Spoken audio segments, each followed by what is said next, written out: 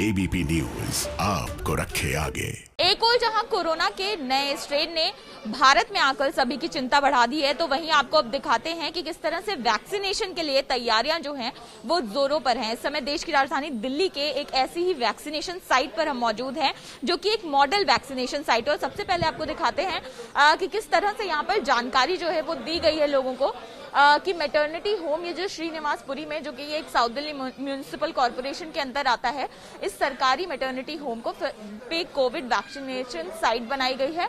और यहाँ पर जो तमाम लोग जिनको वैक्सीन लगाई जाएगी उनको लिए ये एहतियात दी गई है कि अपने फोटो आईडी और वेरिफिकेशन लेकर आएं, मास्क पहन कर आएं, हाथों को सैनिटाइज करना जरूरी है। और सुबह 9 बजे से 5 बजे का समय होगा जिस बीच में वैक्सीनेशन की जाएगी, जो कि केंद्रीय स्वास्थ्य मंत्रालय की गाइडलाइन के हिसाब से कहते हैं। अब ये गाइडलाइंस क्या कहती हैं? 3 रूम किसी भी वैक्सीनेशन साइट पर जरूरी है।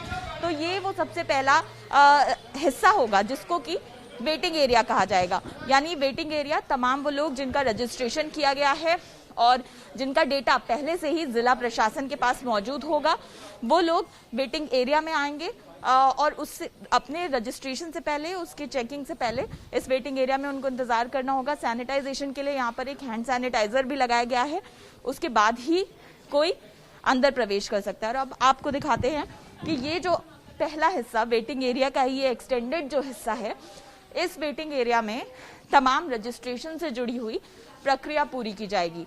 तो ये सबसे पहला जो हिस्सा होगा जहां पर प्री रजिस्ट्रेशन की प्रक्रिया की जाएगी। प्री रजिस्ट्रेशन यानी जो लोग यहाँ पर आएंगे जिनका डेटा पहले से ही प्रशासन के पास होगा, यहाँ पर आके उनकी स्कैनिंग की जाएगी लिस्ट के जरिए कि वो लोग जो यहाँ पर आए हैं उनके पास वो सिर्फ वही लोग हैं जिनका ऑलरेडी डेटा जो है वो प्रशासन के पास है। इसके बाद यहाँ पर रजिस्ट्रेशन की जगह होगी जहाँ पर जो कोविन सॉफ्टवेयर है जो सरकार ने तैयार किया है, जिसमें पहले से ही हेल्थ केयर वर्कर्स, 50 साल से ऊपर के तमाम जो लोग हैं, कोमॉर्बिडिटी वाले 50 साल से नीचे के लोग, इन तमाम लोगों को एक एक करके वैक्सीन दी जाएगी। और यहाँ पर रजिस्ट्रेशन की जगह है और यहाँ पर सारी रजिस्ट्रेशन की स्कैनिंग के बाद अब जो अगला रूम होगा वो होगा वैक्सीनेशन रूम। ये दरअसल हिस्सा है जिसको वैक्सीनेशन रूम का नाम दिया गया है। यहाँ पर आप रेफ्रिजरेटर्स देखेंगे, क्योंकि कोविड वैक्सीन को का टेम्परेचर मेंटेन करने के लिए खास तरह के माहौल की ज़रूरत होती है। तो ये इस तरह का एक वैक्सीनेशन रूम जहाँ पर वैक्सीन लगाने के लिए एक बार में सिर्फ एक व्यक्ति को प्रवेश की इजाज़त होगी। और ये वैक्सीन अरेंजमेंट जो आप देख सकते हैं कि किस तरह से यहाँ पर टेम्परेचर मेंटेन किया जाएगा इन रेफ्रिजरेटर्स के जरिए। यहाँ पर एक वैक्सीनेटर होगा। वैक्सीनेटर मतलब वो ऑफिसर जो कि वैक्सीन लगाएगा। तो इन जगहों पर वैक्सीन स्टोर करने की व्यवस्था की गई है। और इसके बाद तीसरा हिस्सा जो कि केंद्रीय स्वास्थ्य मंत्रालय की गाइडलाइन में काफी अहम हिस्सा बताया गया है, ये है ऑब्जर्वेशन एरिया। ऑब्जर्वेशन एरिया का मतलब जहां पर वैक्सीन देने के बाद जिसको वैक्सीन लगी है वो व्यक्ति को आधे घंटे ऑब्जर्वेशन में रखा जाएगा। तो ऐसे किसी भी ऑब्जर्वेशन एरिया में एक वॉशरूम का होना और पीने के पानी की व्यवस्था होना वो बेहद जरूरी है।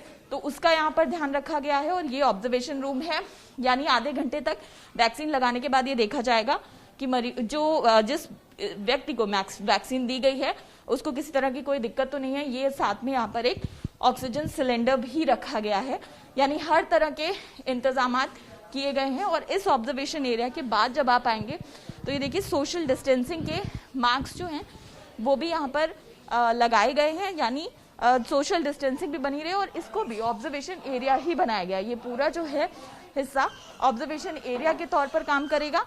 यानी किसी की तबीयत ज़्यादा खराब होती है तो उसके लेटने की व्यवस्था की गई है। और कुछ लोग जो वैक्सीन लगाने के बाद जिनको आधे घंटे का इंतजार करना है तो वह ऐसे ऑब्जर्वेशन एरिया में भी बैठकर इंतजार कर सकते हैं। और यहाँ से वैक्सीन की प्रक्रिया पूरी होने के बाद ये यहाँ से रास्ता है जो कि बाहर की ओर जाएगा। वैक्सीनेशन के लिए आपको ये जानकारी होना बेहद जरूरी है कि वैक्सीन सबसे पहले हेल्थ केयर वर्कर्स को दी जाएगी, उसके बाद फ्रंटलाइन वर्कर्स आएंगे, उसके बाद 50 साल से ऊपर की आयु के लोग आएंगे और उसके बाद 50 साल से नीचे की आयु के वो लोग जो गंभीर बीमारियों से ग्रसित हैं। तो ये पूरा वैक्सीनेशन का जो प्रोसेस होगा, जो कि केंद्रीय स्वास्थ्य मंत्रालय की गाइडलाइंस कहती हैं, बिल्कुल उस हिसाब से ही इस पूरे वैक्सीनेशन साइट को तैयार किया गया है। दिल्ली में ऐसी करीब 1000 साइट्स सरकार जो है वो बनाने की तैयारी में है। 3500 स्वास्थ्य कर्मियों को पूरी ट्रेनिंग दे दी गई है और एक वैक्सीनेशन साइट पर 5 लोगों की एक टीम होगी जो कि वैक्सीनेशन का काम करेगी। तो इस टीम को सुपरवाइज करने के लिए एक सुपरवाइजर होंगे जो कि कोई डॉक्टर, एजुकेटेड डॉक्टर, जिनको सभी वैक्सीन से जुड़ी सारी जानकारियां होंगी, और उसके अंदर जो टीम काम करेगी उसमें एक वैक्सीनेटर होंगे जो कि वैक्सीन लगाएंगे और उनके साथ 4 सपोर्टिंग स्टाफ भी होंगे। तो इस तरह से एक वैक्सीनेशन साइट की ये पूरी प्रक्रिया होगी और दिल्ली का ऐसा ही एक वैक्सीनेशन साइट है जिसको तैयार कर लिया गया है एक आदर्श साइट के रूप में तमाम स्वास्थ्य मंत्रालय की गाइडलाइंस को देखते हुए। और अब बस इंतजार है कोरोना की वैक्सीन आने का, ताकि इस तरह की वैक्सीनेशन साइट से उन तमाम लोगों को वैक्सीन दी जा सके जिनकी लिस्ट पहले ही सरकार ने तैयार कर ली है। मैं राजपाल सिंह श्रीनिवासपुरी क्षेत्र का निगम पार्षद हूँ और हमारा सौभाग्य है कि दिल्ली को एक मॉडल वैक्सीनेशन सेंटर देने का हमें सौभाग्य प्राप्त हुआ है। आज ये दिल्ली का सबसे मॉडल सेंटर हमने ऑर्गेनाइज करके दिया है। सरकार ने जो गाइडलाइन केंद्र सरकार से आई हैं उन सभी गाइडलाइन को फॉलो करते हुए हमने एक ऐसा ग्रेट मॉडल सरकार के सामने रखा है कि सरकार अगर अभी 10 मिनट पहले भी हमें वैक्सीन दे देगी तो हम अभी 10 मिनट बाद इस सेंटर का ऑर्गेनाइजेशन शुरू कर सकते हैं। इसकी कार्य पद्धति आज से ही चालू हो सकती है। ये बिल्कुल तैयार है।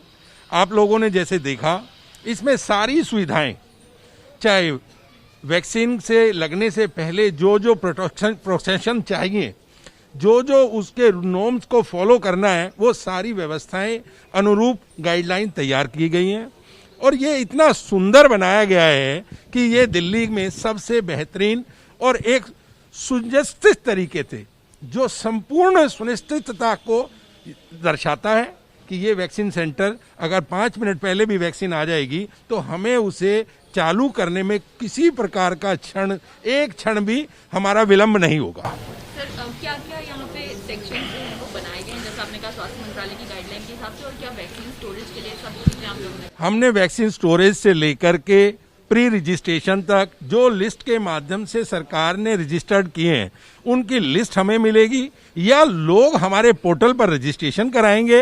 वो सारी व्यवस्थाएं अनुरूप की गई हैं। रजिस्ट्रेशन प्री रजिस्ट्रेशन है, उसके बाद थर्मल स्क्रीनिंग है, उसके बाद वेटिंग एरिया में है, फिर उसके बाद पोर्टल पर रजिस्ट्रेशन है, फिर वैक्सीन का फर्स्ट काउंटर है। फर्स्ट काउंटर में पेशेंट का थर्मल होगा, सेकेंड काउंटर में पेशेंट्स को वो वैक्सीन दी जाएगी, उसके बाद थर्ड काउंटर पे जाने के बाद उसको आधे घंटे का ऑब्जर्वेशन में रखा जाएगा। पेशेंट्स को कोई प्रॉब्लम आती है आधे घंटे बाद तो उसके लिए हमारे पास एम्बुलेंस की भी व्यवस्था है, सीधा एम्बुलेंस से उसको हॉस्पिटल भेजा जाएगा। और कुछ प्रॉब्लम किसी को नहीं आती तो वेटिंग एरिया में उसको 10-20 मिनट की वेटिंग दी जाएगी और उसके बाद उसको डिस्चार्ज किया जाएगा। बहुत सिंपल और बहुत सुनिश्चित तरीके से इस सिस्टम को ऑर्गेनाइज किया गया है।